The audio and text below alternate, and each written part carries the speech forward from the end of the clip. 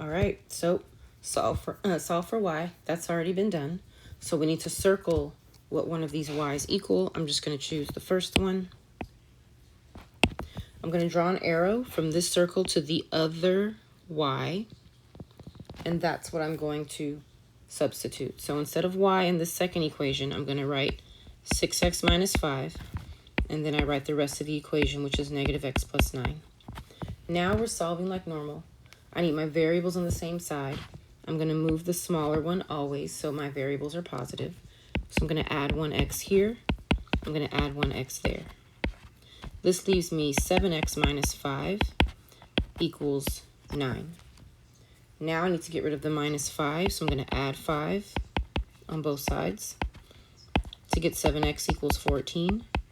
Finally, isolate by dividing. X equals 2. That's half of the answer. The answer is an ordered pair, so now I need to figure out what y equals.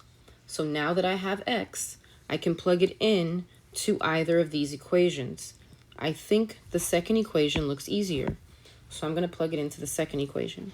So y equals negative. Instead of x, I put a 2 and then plus 9.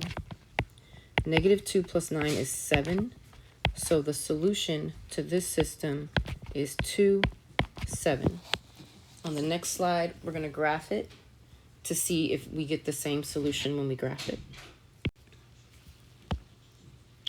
So for line 1, the slope is 6 and the y-intercept is negative 5. So let's graph that. 1, 2, 3, 4, 5, 6 over 1. 1, 2, 3, 4, 5, 6 over 1. Connect the points. I can't make any other points, so I only have 3. Switch colors. Second line, the slope is negative 1 over 1. Y-intercept is positive 9. So here, and we're going down and to the right.